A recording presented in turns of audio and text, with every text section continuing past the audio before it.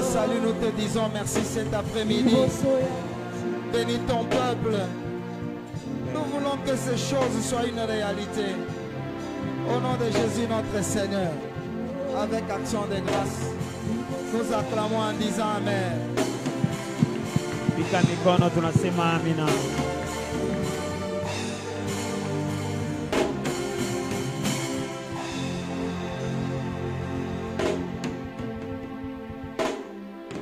Bien-aimés dans le Seigneur, Shalom. Je disais bien-aimés dans le Seigneur, Shalom.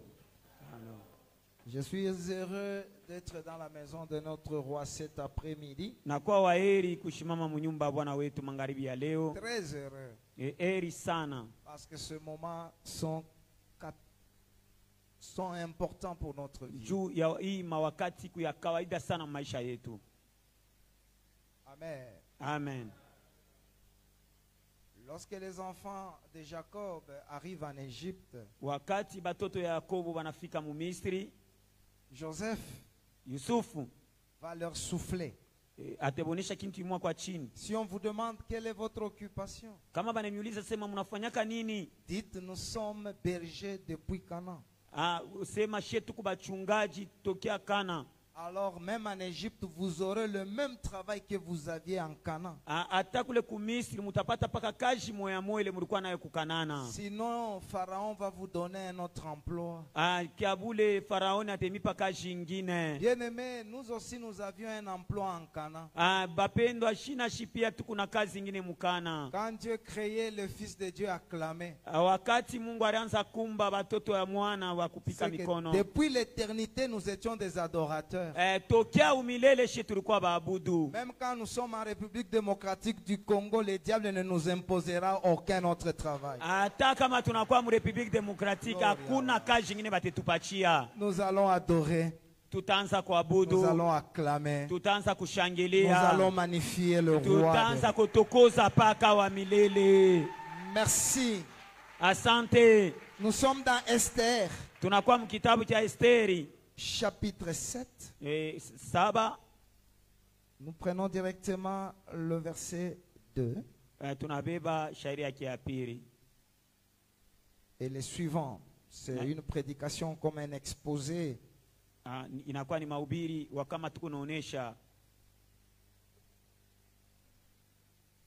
Esther. Chapitre 7. Esther Saba. 2 jusqu'à 8. Et les suivants, vous allez lire jusqu'à la maison. Nous lisons la parole du Seigneur. Je disais, nous lisons la parole du Seigneur. Amen.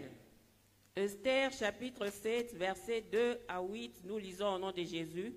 Amen. Ce second jour, le roi dit encore à Esther, pendant qu'on buvait le vin, quelle est ta demande, reine Esther? Elle te sera accordée. Que désires-tu? Quand ce serait la moitié du royaume, tu l'obtiendras. La reine Esther répondit, si j'ai trouvé grâce à tes yeux, ô roi, et si le roi les trouve bons, accorde-moi la vie, voilà ma demande, et sauve mon peuple, voilà mon désir. car nous sommes vendus, moi et mon peuple, pour être détruits, égorgés, anéantis. Encore si nous étions vendus pour devenir esclaves et servantes, je le mettrai, mais l'ennemi ne saurait compenser le dommage fait au roi. Le roi Assuérus prit la parole et dit à la reine Esther, « Qui est-il et où est-il celui qui se propose d'agir ainsi ?» Esther répondit, « L'oppresseur, l'ennemi, c'est Aman, ce méchant-là. » Aman fut saisi de terreur en présence du roi et de la reine.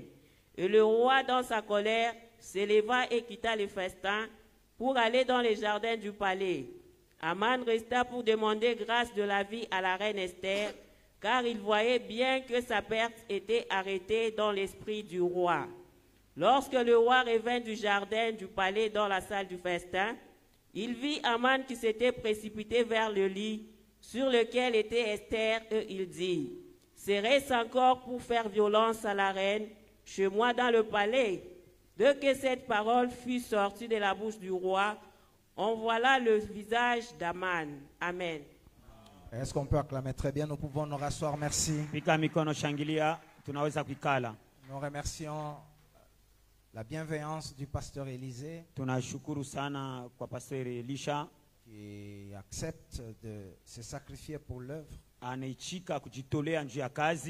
Dans cette génération, les gens comme ça deviennent de plus en plus rares. Et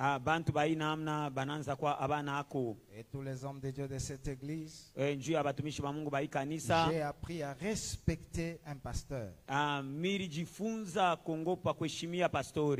Je ne me précipite pas de mettre ma parole dans tout ce que j'entends sur un homme de Dieu. Parce que je sais les combats que ces hommes endurent pour nous.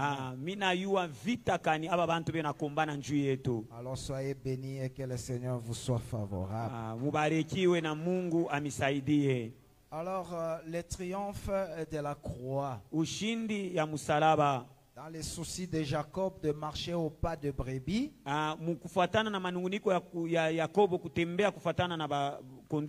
je voudrais faire un petit rappel de 5 minutes. Ce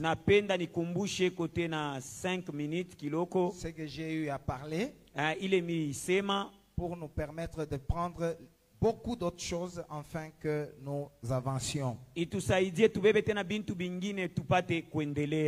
suis reconnaissant pour la complicité avec le pasteur Stone. Tout ce qu'il a fait, je partage cela. Alors, mercredi, j'ai introduit en disant la vie chrétienne doit avoir un fondement. Et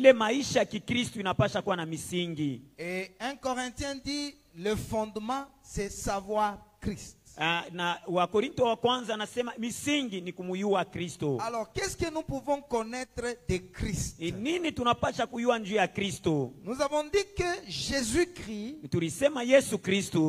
nous l'adorons et nous devons savoir qu'il est différent de nous les autres. Et cela en 7 points. En 7 points. Alors nous avons dit qu'on ne peut pas les comparer. C'est pourquoi je vous rassure et je vous dis la vérité. Vous qui croyez en Jésus-Christ, vous n'êtes pas perdus. Jésus-Christ a de particulier, c'est la préexistence.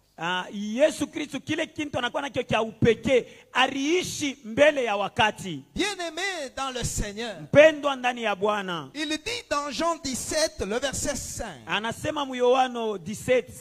Père, Baba, donne-moi la gloire. La gloire que j'avais auprès de toi avant que le monde ne soit. Auprès de Dieu, Jésus était là, mais pas comme comme chair. Ashikukwe na mwili. Non. Hapana. La chair, c'est sur terre. Kimwili ni pa dunia. Ésaïe 53, le verset 1 à 3. Isaya 53 kuanzia shairi yake ya kwanza mpaka patatu. La Bible dit, qui a reconnu le bras de l'Éternel? Biblia inasema nani alitambua mkono ya wa milele. Et le verset suivant nous dit, ce bras-là qu'on n'a pas reconnu s'est levé comme une faible plante. Na Biblia inasema wakati ila tukuyue ililamuka sa muchi muzaifu. Et il est devenu un homme de souffrance. Anakuya mtu wa mateso. C'est lui qui a été sur terre, homme de souffrance, en réalité c'est le bras de l'Éternel. Ule barisema mtu wa mateso mubya kweli inakuwa ni mkono ya wa milele. Il était la lumière du commencement. Alikuya munoru kumwanzo. Il est lui-même la parole. Ye mwenye njo sauti. C'est la vie de Dieu manifestée. Ni maisha ya Mungu ile yenye kuonekana. Tous les hommes bantu bote ont commencé balianza et ils n'ont pas la préexistence. Abakukuya kuishi kumbele ya wakati. Le seul qui était avant d'être, ule alikuya ako mbele bantu bote bakuyeko, c'est Jésus-Christ de là. Ni Yesu Kristo. Et deuxièmement, ce qu'il a de particulier, cha pili kila nakuwa nacho cha upekee, la naissance virginale, kule kuzarikwa kwa ubora par une vierge, kwa ubikira. Le seul ye moya qui est né par une vierge, alizarikwa kubikira, c'est Jésus-Christ. Ni Yesu Kristo. Et cela, c'est en réalité une incarnation. Na bia kweli kufuatana na ile ni kuweka mo kwa kunamna mwa c'est l'esprit qui entre dans la chair. Ni roho inaingia ndani ya mwili. Et je vous ai dit que ces signes-là, na mimi niambia sasa ile alama ile, ça atteste que le projet de l'ennemi ne s'accomplira jamais. Inaonesha sema matengenezo ya adui haitatimilika kamwe. Et ici je prophétise. Na hapa mimi natabiri, le monde ne finira pas avec les bombes russes. Dunia itaisha na mabombi ya kurusi. Les bombes américaines ne détruiront jamais la terre. Hata ile mabombi ya Amerika itabomola dunia. La terre finira par Jésus-Christ. Dunia itaisha kupitia Yesu Kristo. Nous pouvons tous mourir, mais il restera même 10 personnes tunaweza shebote kufa, kutabakia hata bantu 10 qui attendront le Fils de Dieu. Batachunga mwana wa Mungu. Parce que les projets de méchants matengenezo ya babaya ne se réaliseront jamais. Haitatimilika kamwe. Parce que naître par une vierge, kuzarikwa kwa bikira, c'est un signe ni alama que ce que les méchants projettent contre toi ile babatu babaya benaweka juu yako ne se réaliseront jamais. Haitatimilika kamwe. Là je bénis quelqu'un. Hapa nabariki muntu. Tous les complots contre toi, yote matengenezo juu yako, toute force qu'on a creusée contre toi, yote manjimu balichimbula juu yako, donne-moi amen, eux-mêmes vont tomber là-bas. Et je bénis quelqu'un ce soir. Nabariki mtu mangaribi ya leo. Même si tu vois les signes d'être conquis, hata kama unaona malama sema na kuwina, les fils nés par une vierge ule mwana alizaliwa kupitia bikira, nous donne l'assurance que cela n'arrivera pas. Anatupatia hakikisho asema ila itafika. Même si on t'a prophétisé, hata kama kutabiri, même si tu as eu des songes, hata kama ulilota wewe si mwenyewe, tu crois en Jésus-Christ, kama unaamini ndani ya Yesu Kristo, cela n'arrivera pas. Ila itafika. Et au troisième point, na ile nukta ya tatu, Jésus-Christ, Yesu Kristo est le seul homme saint. Eko mpeke yake mtakatifu. Nous tous nous sommes nés dans le péché, shebote tulizarikwa muzambi, dans l'iniquité. Mubuchafu. David dit, ma mère m'a conçu dans le péché.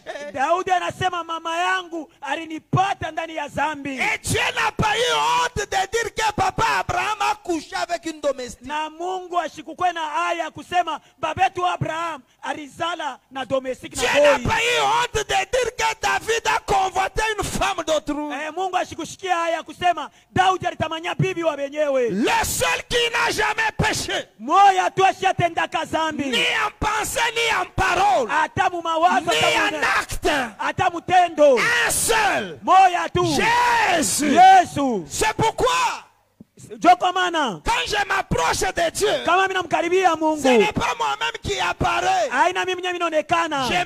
J'apparais en Jésus. Dieu me voit en Jésus. Là, vous dépassez toutes les religions du monde. Vous ne pouvez pas me comparer moi avec cela. Hawezi kunifananisha mimi na Même wale. s'ils jeûnent 30 jours. Hata Même wanashene s'ils 30 vont jours. faire les pèlerinages. Hata wanafanya Ils maperegrinaje. iront loin de Dieu. Batenda Dieu mbali ne na connaît Mungu. que Jésus-Christ. Mungu anamuyopa ka Yesu Kristo. Pourquoi il faut savoir en quoi tu as cru. Ndio kwa maana nafadhali uyue ule uliamini. Maintenant, le troisième point. Ile nukta ya Le tatu. quatrième, je veux dire. Ile nukta ya ine. La mort expiatoire. Ile lufu wa maondoleo ya zambi. Jésus n'est pas mort Yesu ashikukufa à cause de la vieillesse. njuu ya kuzeka. Il n'est pas mort Ashikukufa à cause de sa maladie. juu ya magonjwa yake. Il est mort Alikufwa, comme un sacrifice. alikufwa sa sadaka. Comme un sacrifice. Alikufwa sa sadaka. Et cela Na ile a eu 3 effets. na ile litosha matokeo tatu. Premier effet, Matokeo ya kwanza sur Dieu lui-même. pa Mungu mwenyewe. Deuxième effet, Ya pili sur lui-même Jésus. paka pa ye mwenyewe Yesu. Troisième effet, Ya tatu sur nous les hommes. paka pa she bantu. Écoutez ce que je veux dire ce soir. Shikia kile nitasema ngaribi ya leo. Dieu a tué le monde par le déluge. Mungu aliua dunia kupitia mai kuyala. Alors que Noé sort, Wakati Noa anatoka, Noé va ériger un hôtel. Noe aliyenga hoteli madhabahu. Quand il a mis l'offrande, Wakati aliweka sadaka, Dieu a reçu l'offrande. Mungu alipokea sadaka. Le cœur de Dieu a été changé. Roho ya Mungu Dieu ilibadilika. a dit, Mungu alisema je ne détruirai pas. sitaua tena. Quelle est l'offrande qui a changé la pensée de Dieu? Ni sadaka kaligeuza mawazo ya Mungu. Jésus-Christ. Yesu Kristo. Quand Jésus est mort, Kwa wakati Yesu anakufwa, Dieu a dit, Mungu anasema je ne détruirai pas. sitapomona tena. L'homosexualité qui est à Lubumbashi, si Dieu va vous brûler. Asema hii homosexualite kumulumbashi Mungu atachoma.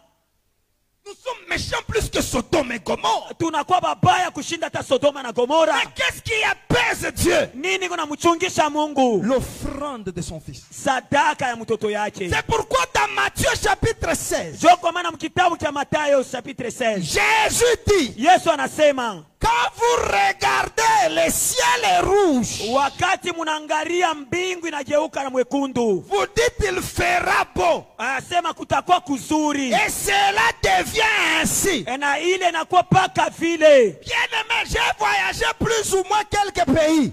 Bapendwa mirienda kwa mapei maicha kwa chana. J'ai déjà voyagé ici au Katanga. Misha kusafiri mu Mukatanga. Je n'ai jamais vu un ciel rouge. Misha onaka mbingu mwekundu. Pour qu'il soit beau, Juku kwe kuzuri, il faut que le ciel change de bleu en rouge. Inafadhali mbingu igeuke, itoke bleu igeuke kwa rouge. Tant que le ciel n'est pas rouge, il ne fera pas beau. Wakati mbingu haina mwekundu, hakutakuwa kuzuri. Qui a changé le décor du ciel? Nani alibadilisha ile rangi ya mbingu? Le sang de Jésus. Damu ya Yesu. Quand Jésus est mort, Wakati Yesu anakufwa, quand Dieu regarde, Mungu anaangalia, le ciel n'est pas bleu. ile mbingu haina mwekundu. Le ciel devient rouge. Mbingu inakuwa mwekundu. Et c'est pourquoi il dit il fera beau.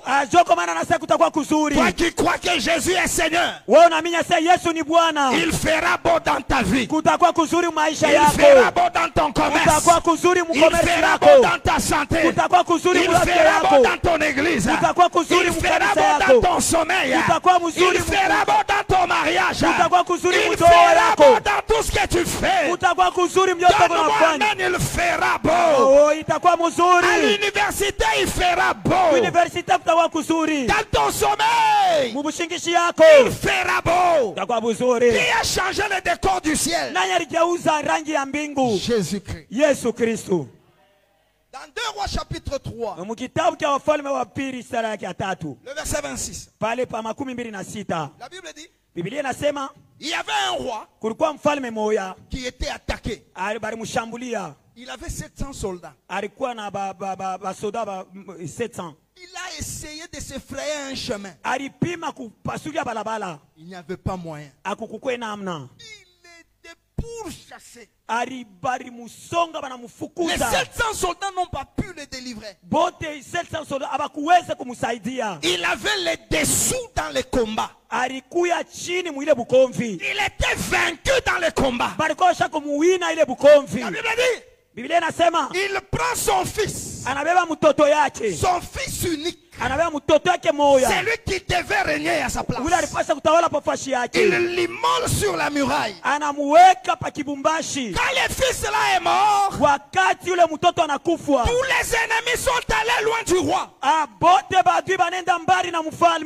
roi a eu les dessus. C'est l'image de Dieu aussi. Dieu avait plusieurs prophètes, mais il était en dessous. Dieu avait plusieurs sacrificateurs. Rien ne marchait. Pour que Dieu change l'issue du combat, il prend son fils, il l'immole à Golgotha. Depuis ce jour-là, Dieu est en haut, Dieu est au-dessus, Dieu est plus que vainqueur. Dieu a la bénédiction. Même les balamba l'acclament. Même les balouba l'acclament. Même les bassanga l'acclament. C'est la mort de Jésus qui a donné à Dieu le triomphe. Donnez-moi amen très fort. Amen. La mort de Jésus a changé l'identité de Jésus lui-même. La Bible dit dans Isaïe 53, au verset 11, après avoir livré sa vie en sacrifice, après avoir livré sa vie en sacrifice, il verra une postérité. Quelqu'un, il offre sa vie. Et il va encore voir comment. Ah oui. La mort de Jésus-Christ a engendré un peuple.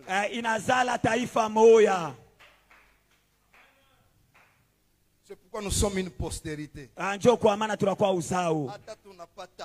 Même si on ne trouve pas, nous allons travailler pour les Seigneur. Même si ça ne tient pas, moi je ne suis pas à l'église pour le mariage, je suis à l'église pour Jésus. Que ça vienne ou que ça ne vienne pas, je sais que Dieu me bénira. Voilà. À l'église je ne suis pas une descendance. La descendance est humaine. Je viens pour m'enterrer. Frère, si tu viens à l'église pour contenter, tu as mal choisi. Je viens à l'église pour adorer le Seigneur. Je viens à l'église pour que Jésus soit glorifié. Qu'on me bénisse ou pas, qu'on me visite ou pas, qu'on me donne ou pas, la mort de Jésus a amené une postérité. Savez-vous pourquoi Abraham a couché avec Agar? Il cherchait une postérité. Et dans Genèse chapitre 6, le verset 6 à 7, voici la postérité de Noé. Noé était un homme juste et droit. Voici la postérité de Noé. Moi je pensais on va dire Cham, Japhet. Ça c'est la descendance. La postérité. C'est un homme intègre. C'est un homme juste. Je vais à l'église même sous la pluie. Même s'il n'y a pas le transport, je vais à l'église. Quel type de chrétien? Quel type de chrétien? Il n'a fait que 6 mois à l'église. Papa. Moi aussi je suis un humain. Toi tu n'as pas lu qu'Anne après la mort de son mari, elle a fait autant d'années sans couché avec un homme. Wow. Toi, tu es la postérité. Que tu es ou non, tu es chrétien. Que les gens reconnaissent ou non, tu es chrétien. Que les gens ne marchent ou pas, tu es chrétien. Biendeke wa biendeke wewe uko mukristu.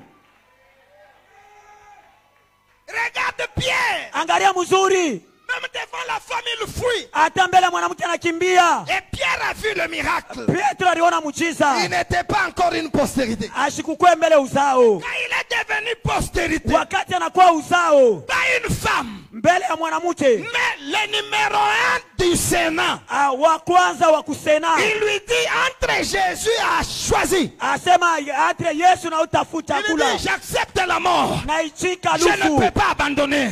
Mimi natajisha Quand Jésus kujipeleka. est mort, Wakati Yesu c'est anakufa, en réalité Rachel ni vya kweli, ni qui Rakeli meurt anakufa, et qui met au monde Benjamin. anazala La Benjamina. croix, Musalaba c'est la maternité de Jésus. njoo inye mule Yesu alizalikia. Par la croix, Pitia musalaba Jésus Yesu a eu sur terre un peuple qui a un autre cœur. alipata pa hii dunia taifa inakuwa na roho ingine. Quand quelqu'un me dit, papa, Kama mtu anasema aba, j'ai 17 ans. asema nina 17 ans. Papa, Baba, la puberté me wash. ase puberté yenyewe inaanza na kunichokesha. Postérité. Uzao, Papa, postérité. uzao. Aimbe mwimbo ya ule musicien. C'est Postérité. uzao. Postérité banamchamula na yana chambula. Postérité. Onesiti tulio Acha postérité hawezi kufanya vile. Uzao ne peut pas faire comme ça. C'est pourquoi Dieu lui a donné sa part avec les grands. Joko maana Mungu alimupa fashi yake na bakubwa. Jésus, Yesu par sa mort, pitia lufulo wake il est devenu grand. anakuya mkubwa. Au-dessus de Jésus, il n'y a personne. Yulu ya Yesu hapana Dans mwingine. les cieux, Muyulu sur la terre Pachini. et sous la Na terre, chini ya en dunia. son nom, Mujina tout yake. genou fléchit, Goti la yake maladie inapigwa. fléchit, Magonjwa la malédiction inapigwa. fléchit. Malaane Si inapigwa. tu crois, donne-moi amen. Naamini, sema amina.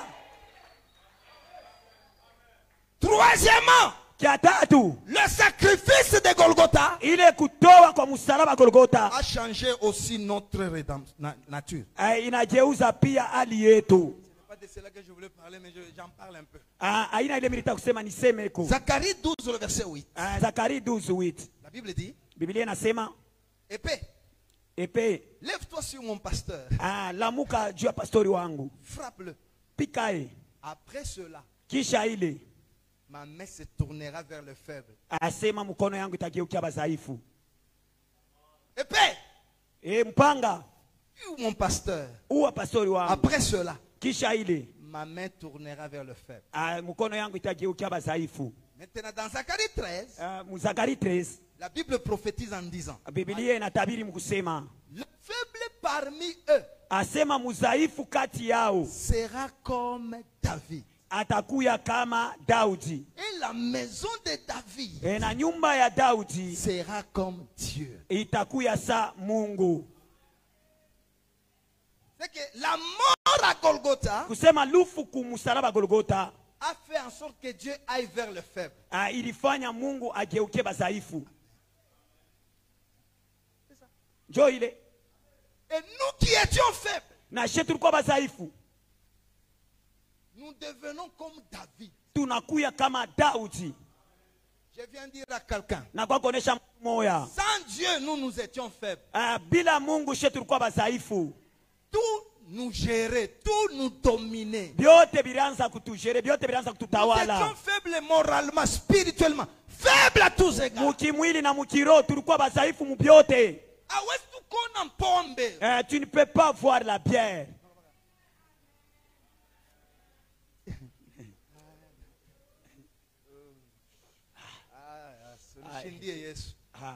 On était faibles, frère. Tulikuwa badhaifu. Mwanamke anakupita kumancho unamwacha mwanamke. Unaona tu vois vois l'argent. L'argent laissé. Makuta tukuona On était kuyacha. faibles spirituellement. Tulikuwa badhaifu wa kiroho. Quand tu dors, Kama unaleta, on était faibles.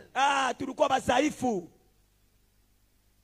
Faibles. Badhaifu. Même les yeux de quelqu'un. Hata mecho nya muntu. Ah, papa m'a regardé. Ah, quand il m'a regardé. Ah, au même moment, j'ai senti ce qu'il a dit. Quelle faiblesse de cœur. On était tellement faibles. Turquois bazaifu. Papa le miringa misa. Ah,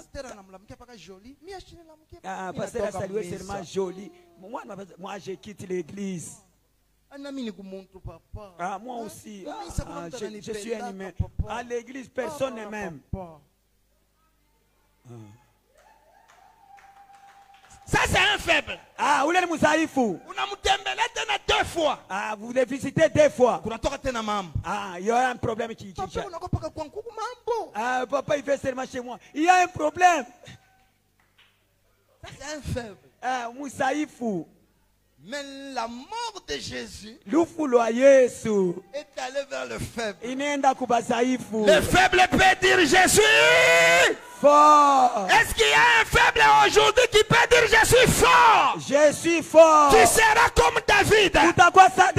Si tes frères n'ont pas terrassé Goliath, c'est toi qui les terrasseras. Je bénis quelqu'un ce soir. Goliath de ta famille, c'est toi qui le renverses. Pas de même ce soir. Donne-moi amen, il tombe.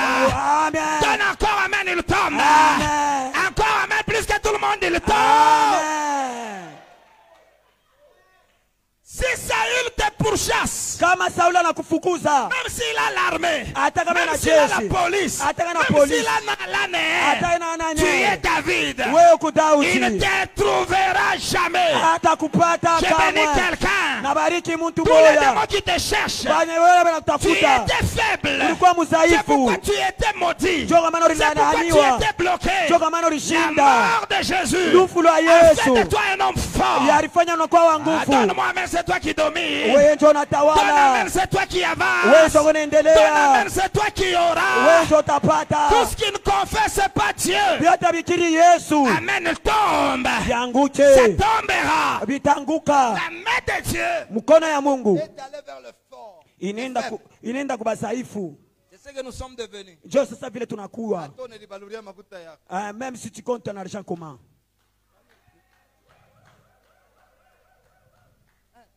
Il y a des garçons de vieux Georges dans les quartiers.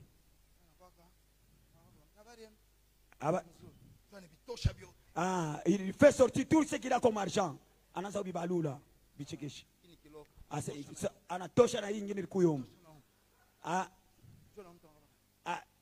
Tu vois là, comment ça tremble. Donne-moi seulement ton. Même si tu comptes. Moi je vais manger pour moi. Même si tu m'insultes. Moi je ne suis pas là-bas. Je suis venu à cette église pas pour regarder qui a quoi. Moi je suis venu voir qui est Jésus. Arizala bampundu bengali na wi mwana pata tena mimba, c'est pas mon problème.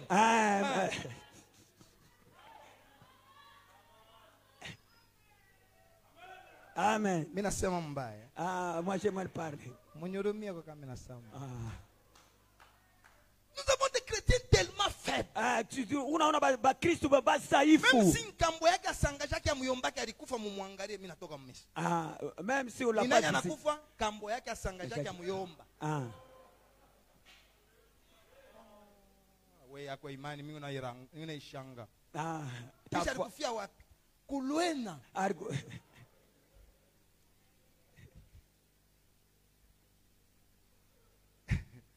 Faiblesse ya makanisa yetu.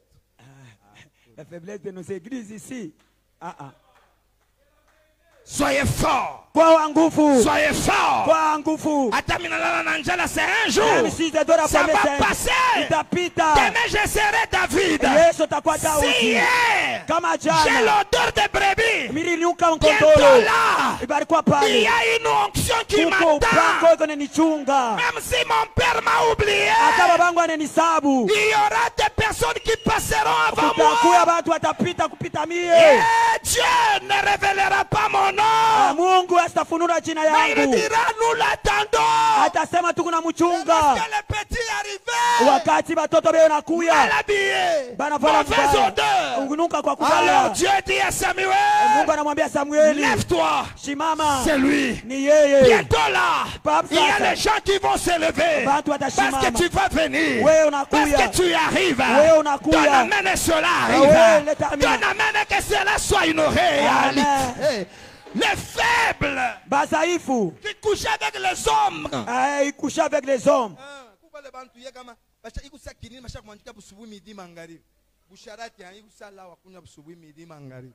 L'impudicité, il y a mumifupa. Pour que tu bien. Pour que tu sois bien. Moins 8h, moins 12h, moins 20h. 8h. Voilà, et puis, on vous forme pour 2 pommes. Busharati mwenye ni mapomu tu mbili banamuji. 2 pommes et une banane. Mapomu mbili tu banauza na ndizi moja. Jésus nous a rendu forts. Yesu anatukuisha banguvu. Donnez-moi amen, soyez forts. Amen. L'argent ne vous fera pas tomber. Les titres ne vous fera pas tomber. Les humeurs ne vous feront pas tomber. Soyez forts. Est-ce que quelqu'un me donne amen? Je bénis sa vie ce soir. Amen. Est-ce que quelqu'un ajoute un grand amen et que quelque chose change? Amen. Dans le livre d'Esther, mukitabu cha Esteri, c'est toute une histoire. Ni hadithi yote. Mais nous allons tirer la croix là-bas et tu seras béni ce soir. Nous allons prier. Tunatosha msalaba utabarikiwa na tutaomba.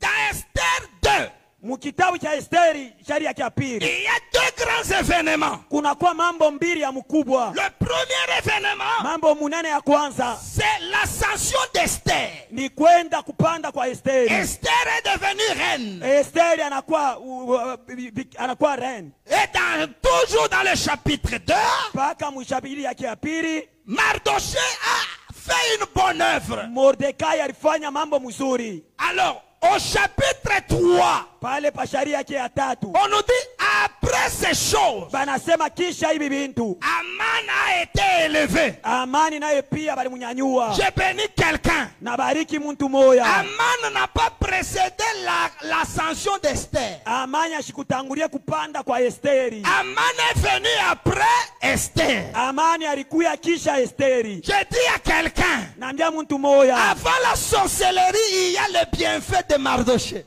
Mbele ya buloji kuku vizuri vile Mordekai alifanya. Avant la magie de ta famille, il y a quelqu'un qui est élevé. Mbele ya buloji bwa jamaa yako kuku muntu mwenye kunyanyuliwa. Le diable est venu après. Et shetani alikuwa ni kwisha. Au commencement, il n'y avait pas la maladie. Kumwanza kwake magonjwa. Au commencement, il n'y avait pas Satan. Kumwanza kwa shetani. Au commencement était la parole. Mwanzo ilikuwa ni neno. Au commencement était Dieu. Mwanzo ilikuwa ni Mungu. Aman.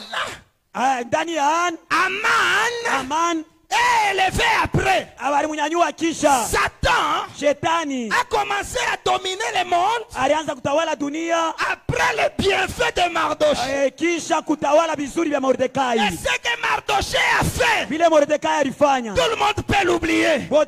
Mais les livres ne l'oublient jamais. Kitabu kimusabu ache. Et c'est dans un livre, personne ne peut l'effacer. Mukitabu hakuna mtu anaweza kumshima. Au lieu que Aman domine calmement, ole Amani atawale tu yeye mwenyewe kwa ubora. Il avait un peuple qui le gênait. Alikuwa na taifa moja ilianza kumzuiza. Il dit, ce peuple-là, je vais l'exterminer. Anasema ile taifa tebamaliza bote. Et il va déterminer une date. Anaenda kuonesha siku ya kubawisha. Je prends une date au hasard. Nabeba tu mshiku moja. Le 30 juin. Anasema 30 juin. Tous vont mourir. Bote batakufa. Il a écrit des lettres. Banaandika na mkanda. Et on a amené les lettres sur 127 provinces. Banapeleka ile mkanda fashi yote mkini yabo. Mais Mardoché, lakini Mordekai, quand il a eu la lettre, wakati anasoma, il ne s'est battu pour laisser à Dieu d'agir. Alikombana juu ya kumwacha Mungu kutenda. Il ne s'est battu ashikukombane, ashikukale kimya, pour laisser que ni mwachie Mungu. Pour dire que la plupart des chrétiens, ils ont des ordonnances qui les condamnent. Ils ne font rien. Suivez. Dieu dit à Adam. Mungu anamwambia Adam. Les sols est maudit. Asema bulongo bunalaniwa. Adam c'était. Adam anikala kimya. Adam. Il y aura rancé épine. Asema kutakuwa miba itatoka mbulongo. C'est Dieu. Qu'est-ce que moi je vais faire? Dieu va chez Eli. Mungu anaenda kwa Eli. Eli. Il y aura ça. Kutakuwa iki. Mais Caïn. Lakini Kaina. Qui a tué? Ule aliua. Dieu lui dit Caïn. Mungu anamwambia we Kaina. Tu seras errant. Wewe utakuwa kuwayawaya. Et vagabond. Unawa kuwayawaya vagabond. Caïn dit pardon mon. Caïn ananyaulia tukilo la sema non, pardon Dieu. Mungu. Dieu, c'est quoi? Tu ne peux pas m'écouter, Dieu, c'est quoi? Dieu a dit oui, je t'écoute. Amen. Amen.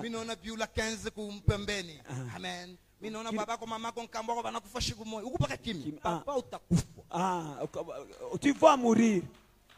Matabiri yote ni yako kupaka amina. Awa useme kintu utakufwa. Est-ce que quelqu'un comprend? Est-ce que mtu anaelewa? Savez-vous que nous les hommes dans notre nature nous croyons plus au négatif qu'au positif? Unajua shiba antu mkisarikio kietu tukuna minya sana bintu bibaya kushinda bintu bizuri. Ézéchias vient, il dit Ézéchias anakuya. Isaïe dit Ézéchias. Isaïe anasema wewe Ézéchias. Écris ton testament, tu vas mourir. Asema anjika mkanda yako ya mwisho utakufwa. Il s'agenouille, il demande. Anapika magoti analomba. Et puis le même prophète revient, il dit tu auras 15 ans. Il ne commence pas à adorer, il dit je vais savoir comment. Quand tu as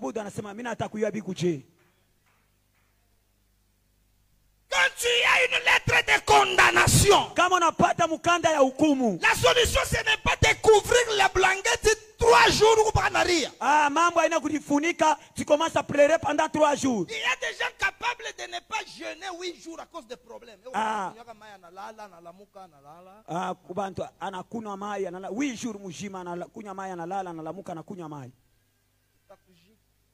Nous allons t'enterrer. Mais Mardoché avait une relation au trône. Il dit je peux m'approcher d'Esther. Aman ne sait pas ma relation avec Esther. Ceux qui t'insultent ne savent pas quelle est ta relation. Ceux-ci s'appuient sur leurs chars. Ceux-là sur leurs chevaux. Mais nous nous appuyons sur l'Éternel. Les dans Psaume on dit les nations demandent où est leur Dieu. Parce que ceux-là ont leur Dieu comme bracelet. Mais mon Dieu n'est pas un bracelet. Mon Dieu est assis dans les cieux.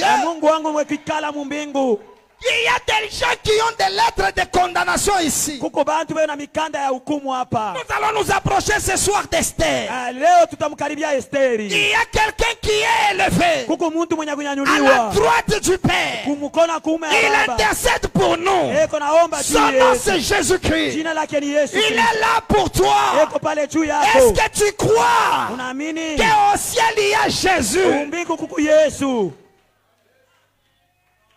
Alors Esther comprend.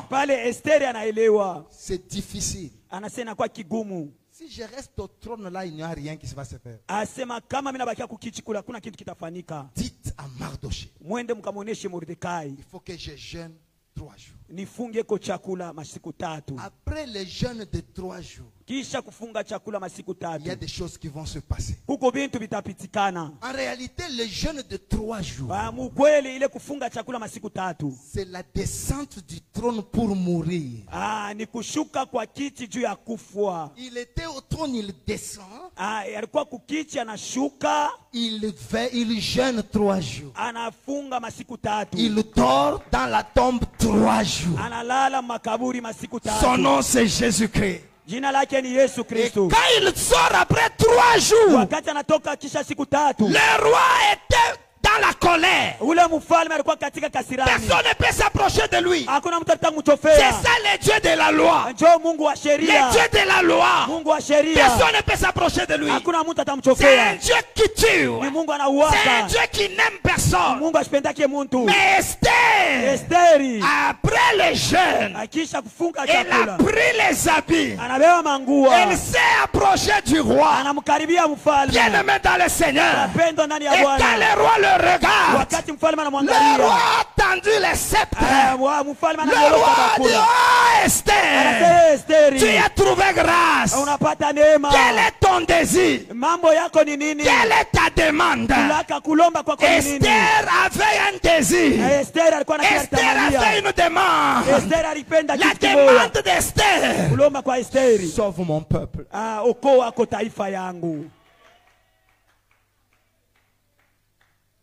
Et Esther dit: demain il y a une fête. C'est ça, les ordonnances qui nous condamnaient. C'est ça. On ne peut pas comprendre ça si on ne voit pas ça. Par moment, le Nouveau Testament nous donne des éclats, des choses cachées là-bas. Alors on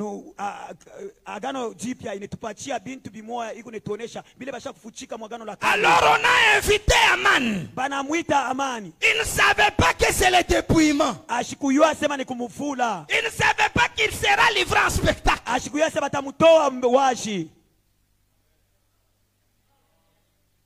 Esther prend le vin. Il l'offre.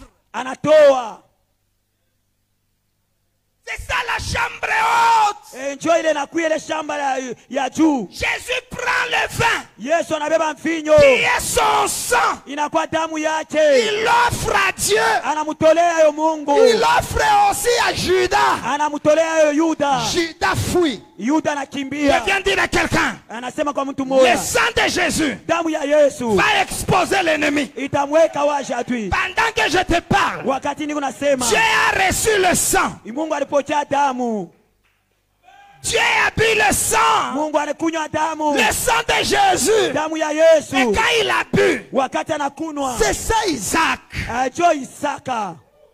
Quand la vieillesse, Isaac ne voit pas. Il a besoin de boire. Quand il boit, il commence à bénir. Dieu a déjà bu le sang de Jésus. Il ne fait que bénir. C'est pourquoi moi aussi, comme ton pasteur, je te bénis.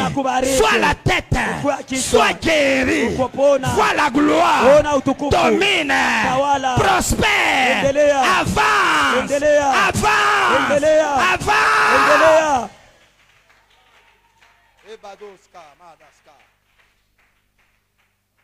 Quand il boit le sang, Esther va maintenant parler. Il y a quelqu'un qui veut détruire ma race. Le roi dit: qui? Donc, le roi signait des choses qu'il ne savait pas.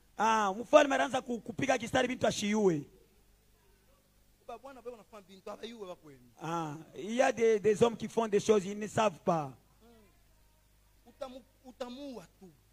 Tu vas les tuer pour rien. Le roi a signé. Mais il ne sait pas qu'il y a dans la ville des décrets.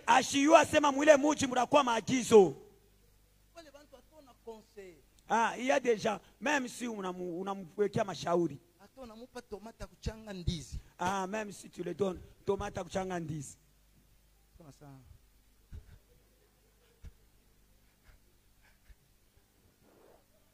Ma chère, je vais t'amener à Londres. Ma chère, je vais t'acheter Jeep. Ce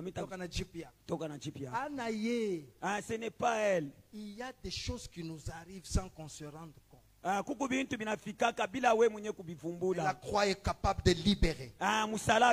Ton amen, la croix va te libérer. Et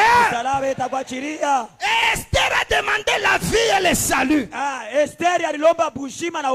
Oui, 3 jours après, il a reçu lui la vie. Et il a reçu le salut pour le peuple. Et directement, la Bible me dit, le roi était en colère contre son premier ministre. C'est lui qui a des problèmes. Naularileta kichi, naularileta sauti, naularitaya jina yako. Ongeza amen, Mungu ako naye mambo leo. Problème ce soir. Et le roi va dans le jardin. Esther était assise sur les lits. Et Aman vient. Et le roi vient. Il dit, tu veux aussi violer?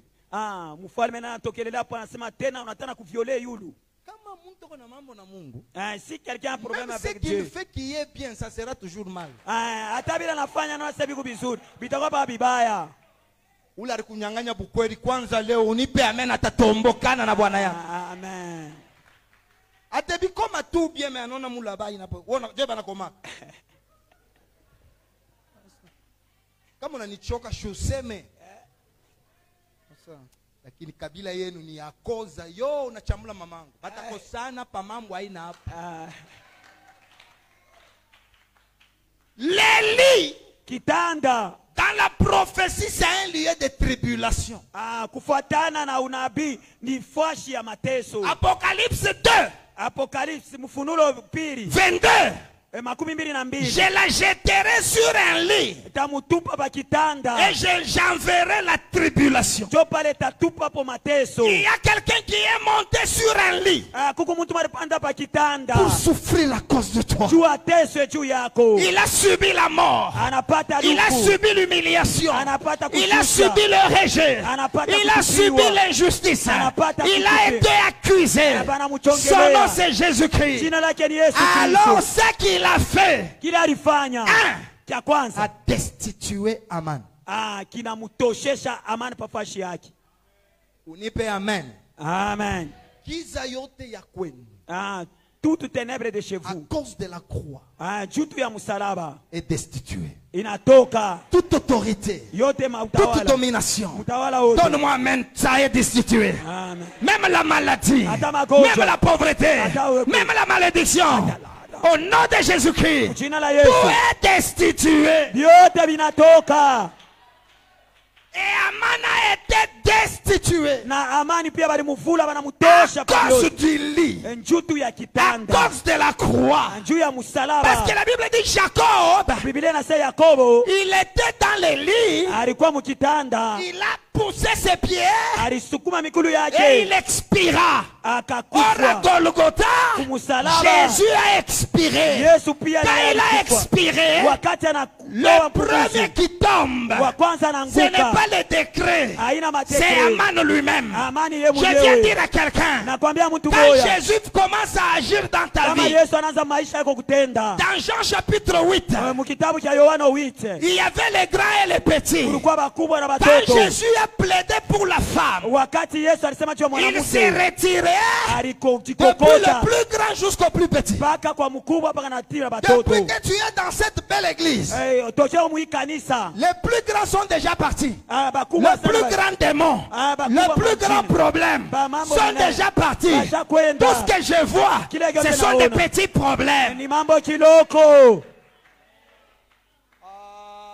Amen. Mungu wangu akukumbuke. Amen. Ongeza amen, Mungu wangu akusaidie. Amen. Et Esther a exigé que Aman soit pendu.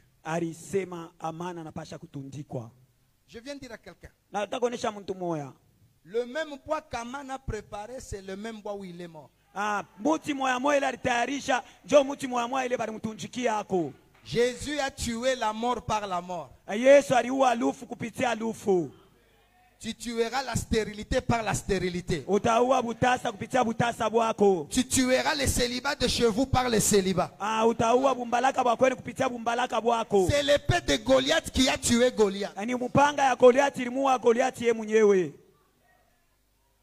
L'insulte de ta famille va tuer leur insulte. Il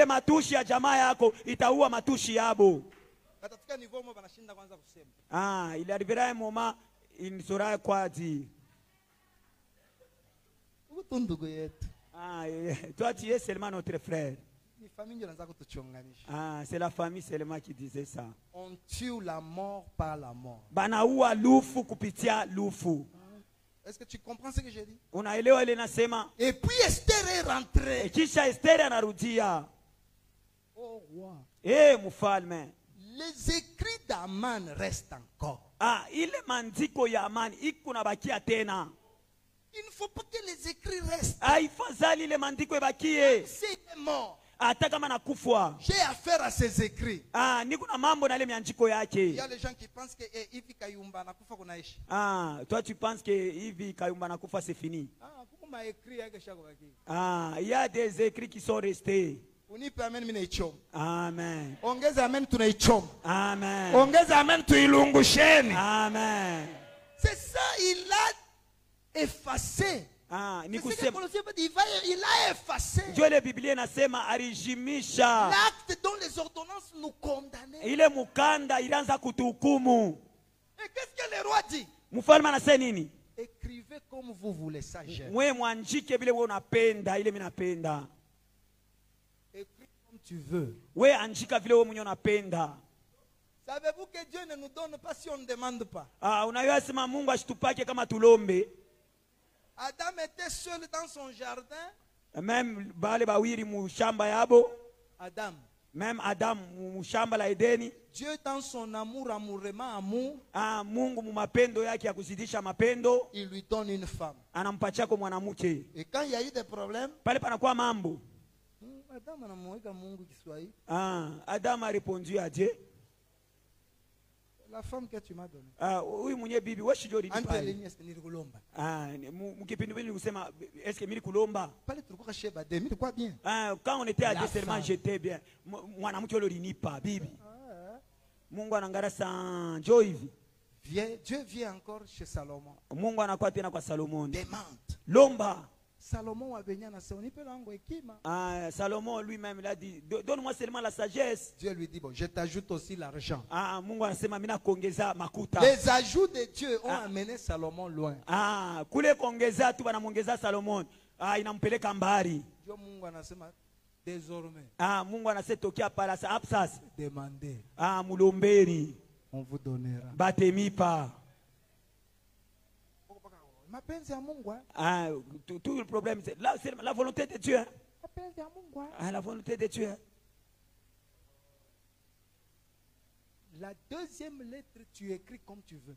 Ah, mukanda ya pili uandike vile unapenda. Je viens ce soir. Na kwa magharibi ya leo. En ma qualité de l'homme de Dieu. Usavile mutumishi wa Mungu. Toute lettre que un Aman a écrit contre toi. Ah, mukanda yote Amani aliandika juu yako. Pour cette église. Juu ya ikanisa. Tes enfants. Juu ya batoto yako. Ton mari. Bwana yako. Ta femme. Bibi yako. Ton travail. Kazi yako. Donne-moi même je la déchire. Ah, naipasula.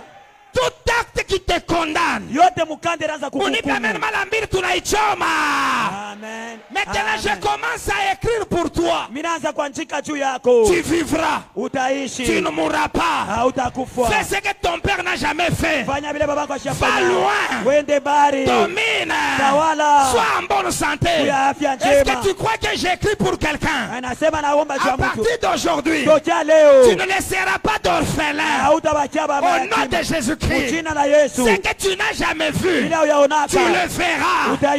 Dieu t'amène loin. Fais les choses que ta famille n'a jamais eu à faire. Il a dit je dois écrire pour toi.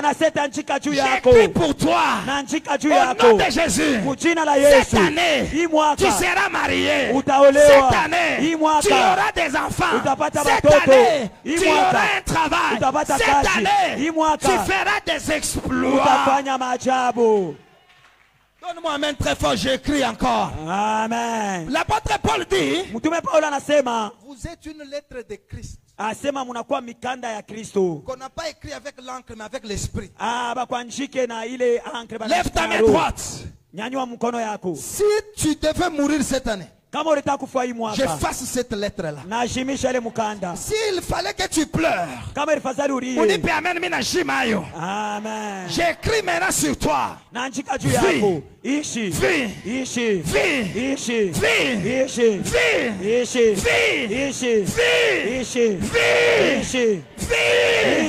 Va loin.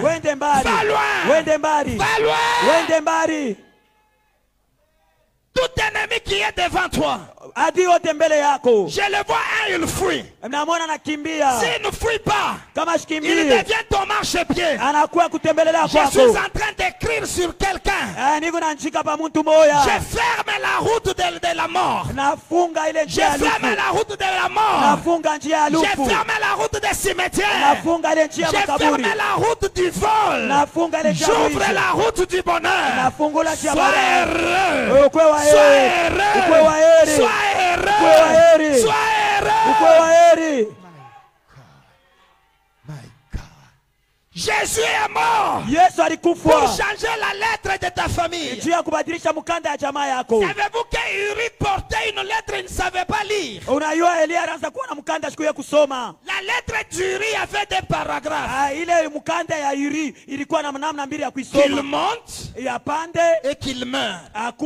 Moi je m'en vais effacer une paragraphe.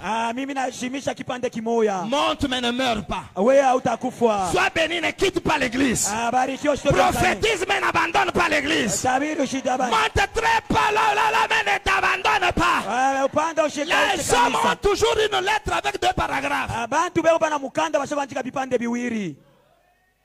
Sois marié puis sois orgueilleuse. Olewa kisha ukwe wa kiburi.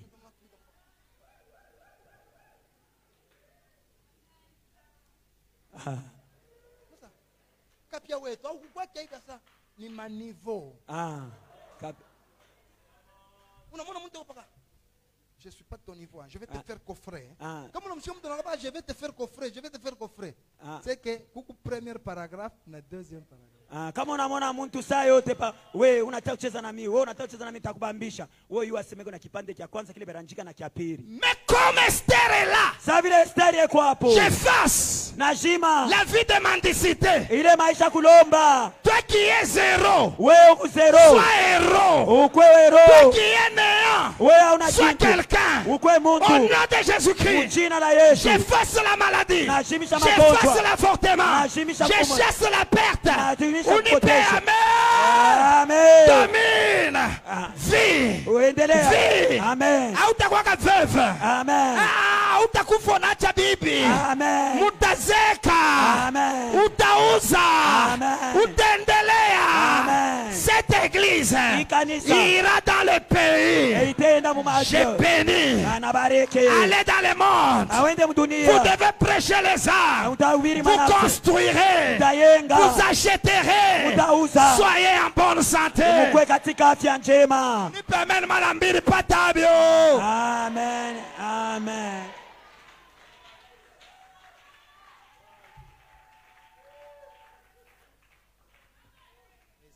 Ça, ouais. Ça. Takuwa dimanche. Acclamez très fort que Dieu vous bénisse. Tu dois retenir ceci. La mort de Jésus a changé le cœur de Dieu. La mort de Jésus a changé son identité. La mort de Jésus a changé ton identité. Tu peux être Jacob. Tu vas épouser chez Laban. Les fiançailles, ce n'est pas le moment de monter à orange, citron, mandarine.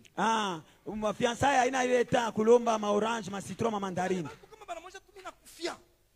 Muntu tukawa anasema mbaya tu asema kwamba fiancé ana na wakumubamba eko paka ku WhatsApp, eko paka ku WhatsApp, orange tout le temps.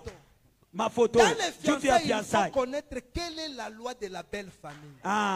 Mukati mu fiançailles uyue bo sheria yabo ni sheria kani. Jacob ne savait pas que chez l'aîné on n'épouse jamais la cadette avant l'aîné. Ashikuyua sema abao wake mbele wa mtoto kushinda wa kwanza. Il entre seulement bana mutwika kintu kingine. Kwa kuangalia se mimi shikukwenda kia hivi. Na kiopa la kite chika sa unyache njo. Umuulize papa. Toi, tu vas demander seulement à papa. Banenda kwa papa. Tu m'as fait. Kwa baba. Wewe unafanya nini? Kitumiki 14 ans hiki. Jo mwanamke wewe milioa. Utanipata kiabulu. Mwanamke wewe mimi sikubeba tawa buli. Njoo baba ça. Au yake sheria kwetu. Toi tu ne connais pas les habitudes de chez nous ici. Jamais la cadette avant. Wake mtoto kama bayaoa dada. Jésus est venu. Yesu anakuya. La loi de ta tribu est détruite. La loi de ton pays est détruite. Dominez maintenant. Avancez. J'ai béni quelqu'un.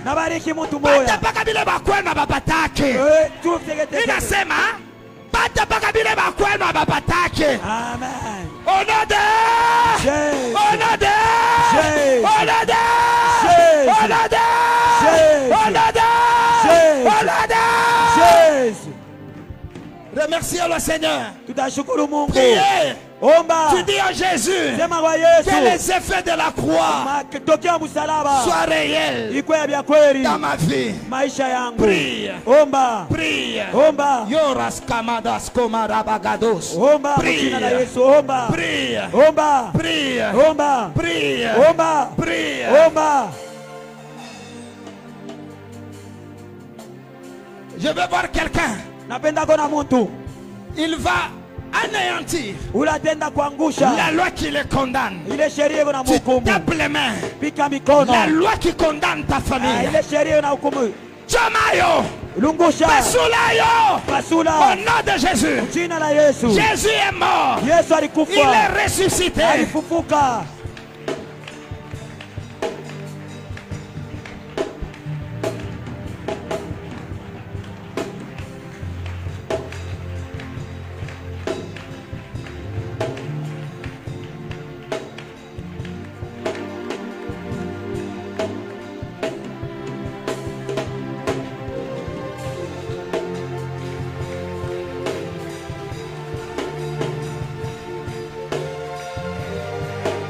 Est-ce que tu peux, en tapant les mains, tu peux briser toutes les lois? Est-ce que tu peux détruire toutes les lois, au nom de Jésus? Est-ce que tu peux prier? Est-ce que tu peux détruire toutes les lois? Toutes les lois établies dans ta famille. Toutes les lois établies dans ta belle famille. Toutes les lois établies dans ton travail. Toutes les lois établies dans la ville. Est-ce que tu peux les détruire au nom de Jésus? Est-ce que tu peux les détruire au nom de Jésus? Aucune loi ne subsistera. Aucune loi ne subsistera. Au nom puissant de Jésus. Aucune loi ne subsistera. Au nom puissant de Jésus.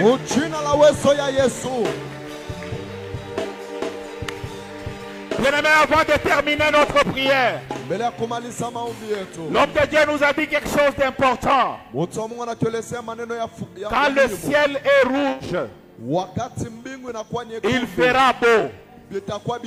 Alors je voudrais que tu pries, que tu puisses déclarer vie. Jésus-Christ, tu n'es pas mort pour rien. Tu n'es pas mort pour rien.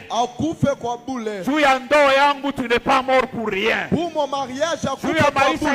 n'es pas mort pour rien. Ton sang que tu as versé, est-ce que tu peux commencer à prier au nom de Jésus? Le sang a été versé. Le sang a été versé. Il fera beau dans ma vie. Il fera beau dans ma vie. Tu n'es pas mort pour rien, Jésus. Les sorciers ne domineront plus ma vie. Tu n'es pas mort pour rien, Jésus. Toutes les puissances des ténèbres ne domineront pas ma vie. Tu es monté à la croix. Les choses changent dans ma vie. Tu as vaincu la mort. Les choses changent dans ma vie. Au nom puissant de Jésus. Au nom de Jésus. Au nom de Jésus. Au nom de Jésus.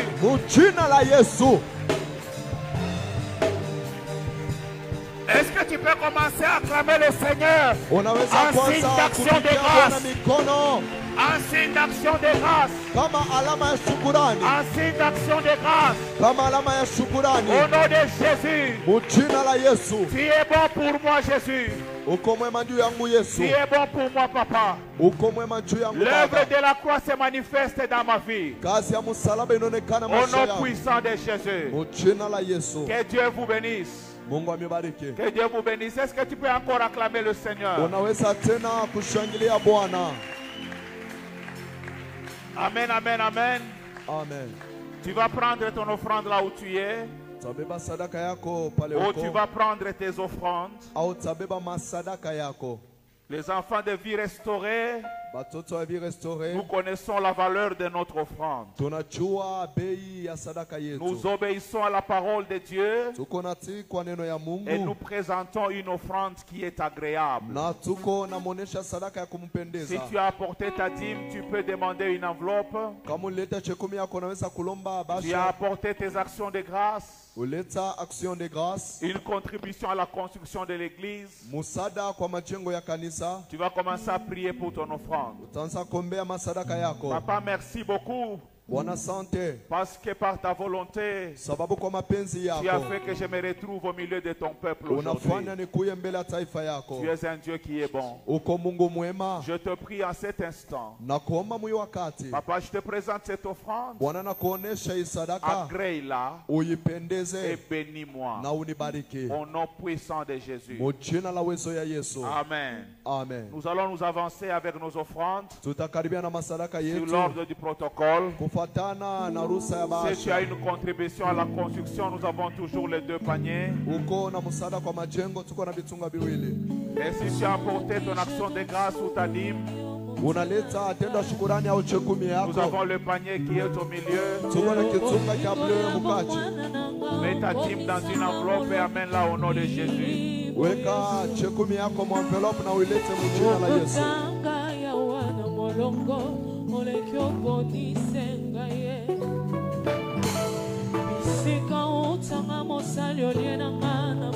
Que Dieu te bénisse, mon fils.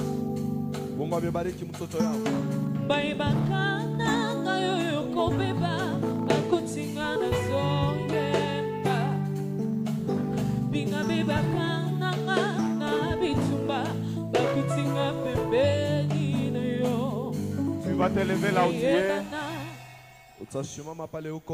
Nous donnons le programme. Demain samedi, nous invitons les frères et les sœurs à venir participer à un grand travail d'évangélisation.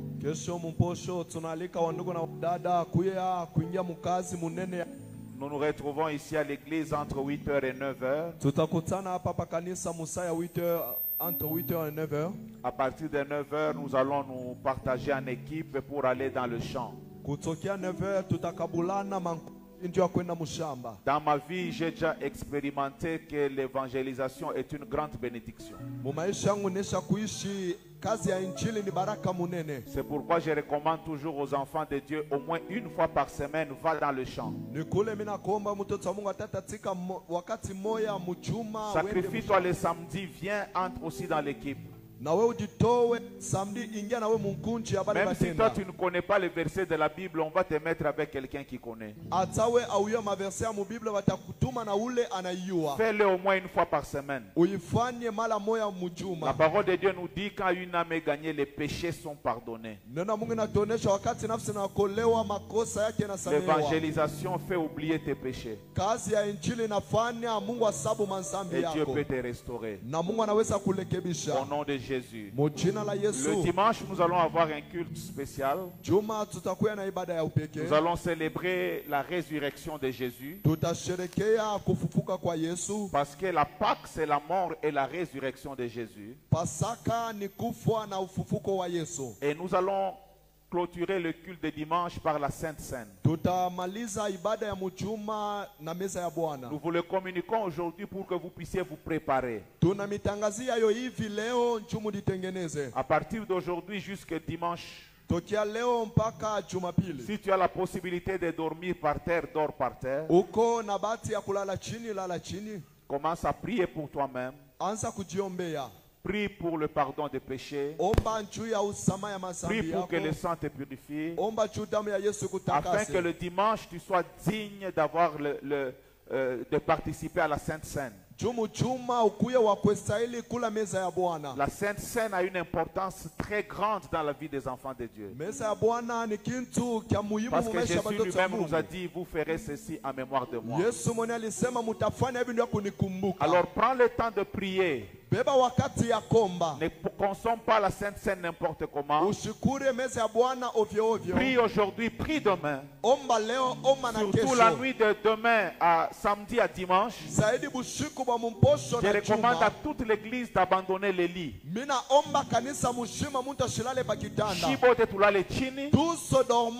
Et nous allons prier ensemble la nuit. Nous allons prier ensemble pour nous préparer au repas saint. La Sainte Seine va te guérir, va ramener l'alliance de Dieu dans ta vie. Que Dieu te bénisse abondamment. Tu vas lever tes mains, je vais prier. Nous te disons merci, Papa. Nous croyons dans ta bonté, nous croyons dans ta miséricorde, nous croyons dans ton amour. Papa, tu fais des choses extraordinaires. Nous croyons ce soir que ta main est allée vers ceux qui sont faibles. Et nous ici, en entrant, nous étions faibles. Mais quand nous sommes en train de sortir de ces lieux, nous sommes en train de déclarer que nous sommes forts au nom de Jésus. Nous sommes entrés dans ces lieux pécheurs. Mais en sortant de ces lieux, nous vivons l'expiation par le sacrifice. Nous sommes entrés dans ces lieux. Nous étions malades, nous sortons guéris au nom de Jésus. Père, nous te sommes reconnaissants pour le triomphe de la croix. Tu as livré les ennemis en spectacle. Tu as fait, oh Dieu, que nous soyons la tête et non la queue. Tu as amené le triomphe dans notre vie au nom de Jésus. Merci pour ce que tu as fait dans la vie de mon frère et de ma soeur. Je suis en train de déclarer comme le Père de cette communauté que toutes les bénédictions prononcées ici ce soir soient le partage de ceux qui sont ici au nom puissant de notre Seigneur Jésus. Que cette église voie la stabilité, vive la paix au nom de Jésus. Que cette église soit une source d'abondance, l'abondance spirituelle, l'abondance matérielle au nom de Jésus. Que tout celui qui viendra en ces lieux, qu'il vive une complète restauration au nom de Jésus. Merci, Papa. Je renvoie ce peuple. Ils partent de ces lieux en paix parce que Christ, tu es avec chacun d'entre nous. Tu es notre sécurité. Tu es notre bénédiction. Jusque dans nos maisons, nous irons, Seigneur, avec ta joie au nom de Jésus. Merci, Père. Je les bénis de toutes les bénédictions d'en haut et de toutes les bénédictions d'en bas. Je les déclare qu'ils soient bénis dans la ville et qu'ils soient bénis dans les champs. Que les portes et les faveurs leur soient accordées. Au nom puissant de notre Seigneur Jésus, j'ai ainsi prié. Et que les saints disent ensemble 3 fois Amen avec moi. Amen, Amen, Amen.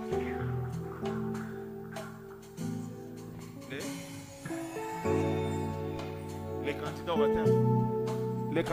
Demain samedi à 14h, il y a les enseignements de baptême.